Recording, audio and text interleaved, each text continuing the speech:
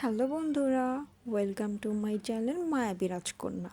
আজকে তোমাদের দেখাবো সহজ একটা রেসিপি। চলো দেখে আসি। প্রথমে একটা তাওয়ায় তেল গরম করে কই মাছগুলো লাল লাল মুচমুচে করে ভেজে নিব। ভালো করে ভাজা হয়ে গেলে আমি নামিয়ে নিব।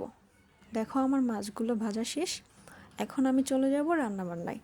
প্রথমে একটা কড়াইতে তেল দিয়ে পরিমাণ মতো কিছু কাঁচামরিচ কিছু পেঁয়াজ দিয়ে লাল লাল করে ভেজে নেব। ভেজে নেওয়ার পর দেখো আমি এখানে কিছু মশলা অ্যাড করেছি, যেমন পরিমাণ মতো হলুদ গুঁড়ো, মরিচ গুঁড়ো, ধনিয়ার গুঁড়ো, জিরার গুঁড়ো আর স্বাদ মতো লবণ। তারপর হালকা একটু পানি দিয়ে মশলাটা ভালো করে কষিয়ে নেব। দেখো মশলাটা আমার কষানো হয়ে গেছে। মশলাটা কষানো হয়ে গেলে আমি এখানে তরকারি অ্যাড করে দিব।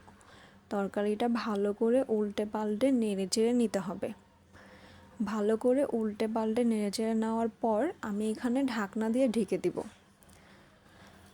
কিছুক্ষণ ঢাকনা দিয়ে ঢেকে দেওয়ার পর দেখো কি সুন্দর একটা কালার চলে আসছে।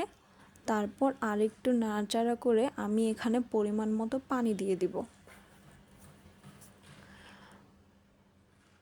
পরিমাণ মতো পানি দিয়ে দেওয়ার পর আমি এখানে মাছগুলো দিয়ে দিব। মাছগুলো দিয়ে ভালো করে নাড়াচাড়া করে তরকারিটা হওয়ার জন্য অপেক্ষা করব। দেখো আমার তরকারিটা প্রায় হয়ে আসছে। তারপর ঝোলটা শুকিয়ে গাঢ় করে নেব। ঝোলটা গাঢ় হয়ে যাওয়ার পর আমি তরকারিটা নামিয়ে নেব। এই দেখো আমার তরকারির ফাইনাল লুক। কেমন হয়েছে বন্ধুরা কমেন্টে জানিও। আল্লাহ হাফিজ।